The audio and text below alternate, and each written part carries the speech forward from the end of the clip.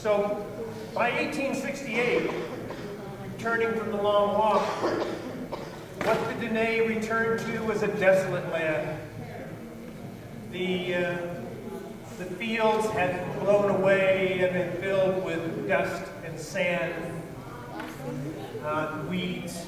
Orchards were just bare stumps, and most families had no livestock at all. So they returned from the long walk with very little. However, by the late 1880s and early 1890s, the Navajo have once again become quite prosperous. More prosperous than any time up to that point, or as the literature indicates, since. So this ends the first chapter of the first story up to 1900. Oh, and attribution goes to, most of this research came from documents, literature out of NAU, the CPLAU website.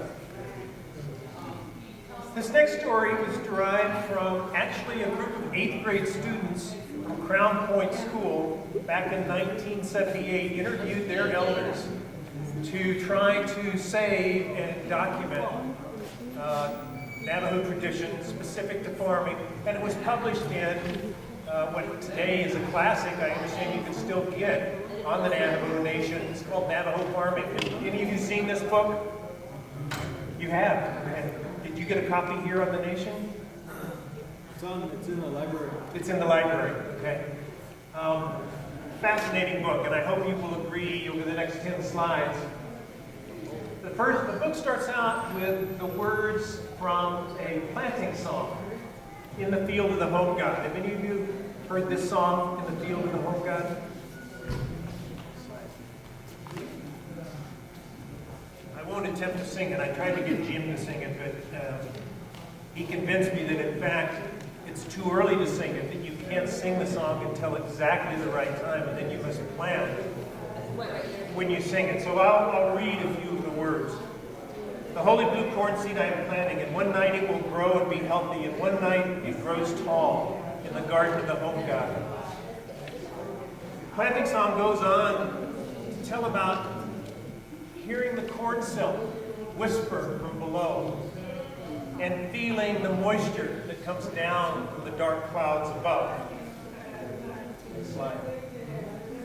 But the elders went on to say that people today don't sing much to their crops, not as much as they used to. There were reasons for doing all of these things, and this knowledge is still worth knowing today. And I would support, in fact, as true as that was 30 years ago, it's even more important, more true today.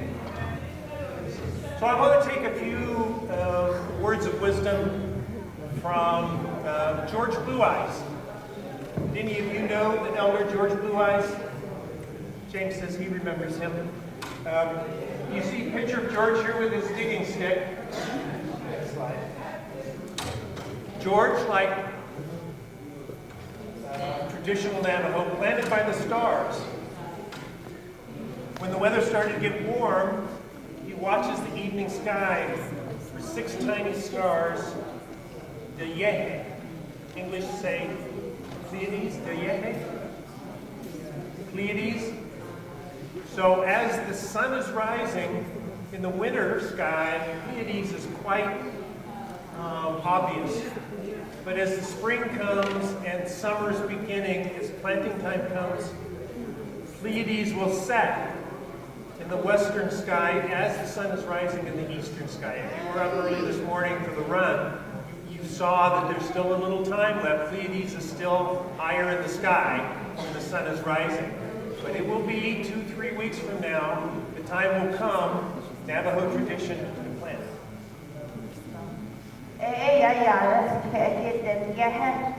That's the star formation, constellation. What was the English name? Pleiades is the English name.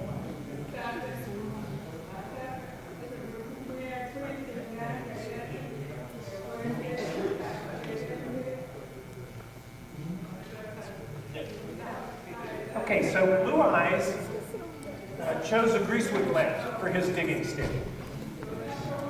And with his digging stick, he parted the soil, planted seeds just a few inches down to the point where the earth was still moist.